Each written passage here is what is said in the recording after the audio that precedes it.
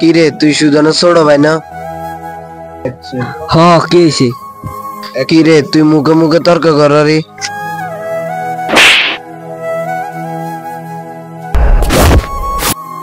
দাঁড়া সুজন রে তোর কথা কইতেছি।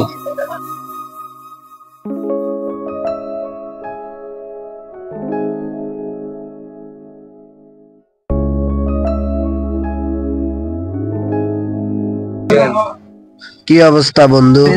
এই তো বন্ধু ভালো, তোর কি অবস্থা? তোর বাইকে তো বেয়াদব হয়ে গেছে, রাস্তাঘাটে আড়ি সিগারেট খায় ডাক দিছি আর আবার আনুছে গরম আর কলাস্তা দিচ্ছে। দূর বেড়া, আর ভাই এসব করতে পারে না। তোর বাইরে কিচ্ছু করলে করবি, নাহলে রাস্তাঘাটে দেখলে আমি গারাম। ওকে বন্ধু, আমি দেখতেছি। আজকে ওরে দেখলে এমন গারানি গারাম সারা জীবন মনে থাকে। এই ছোড়ো এদিকে আয়। তুই বল আমার বন্ধুর সাথে বেয়াদবি করছস? ওই আমার কলা দোষে, আমি ওর কলা দোষী। তুই শিয়ানা হইছস না, আজকের থেকে আর আমার সামনে আবি না, যা। ওই শালায় আমার ভাইয়ের কাছে বিচার দিছে না, ওরে তো পিড়াইতে হবে। না না, ওরে তো পিড়াইতে পারবো না, ছোট ভাইয়ের পিড়াবো। ছোট ভাই দেখতেছি এমনি গারাম।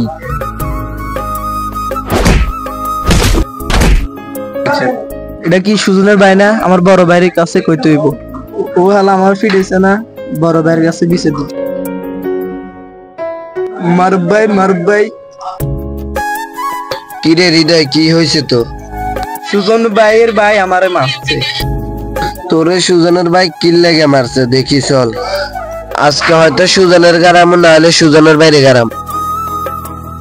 এই সুজন এদিকে আয়।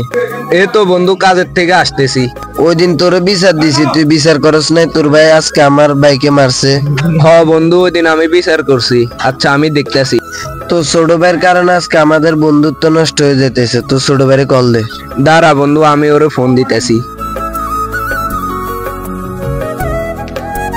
কি রে ছোট, তুই নাকি মারুফের বাইরে মারছস? তাড়াতাড়ি 300 ফিট আয়, ও আমাকে ধরছে। আচ্ছা তাড়াতাড়ি আয়। হ্যাঁ ভাই, আমি এখনই আসতেছি। এই ছোট এদিকে আয়।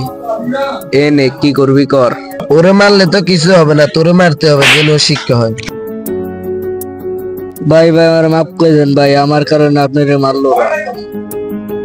আমাদের সমাজে কিছু বড় ভাইরা আছে, তারা ছোট ভাইদেরকে শাসন না করার কারণে দিন দিন বেয়াদব হইতেছে।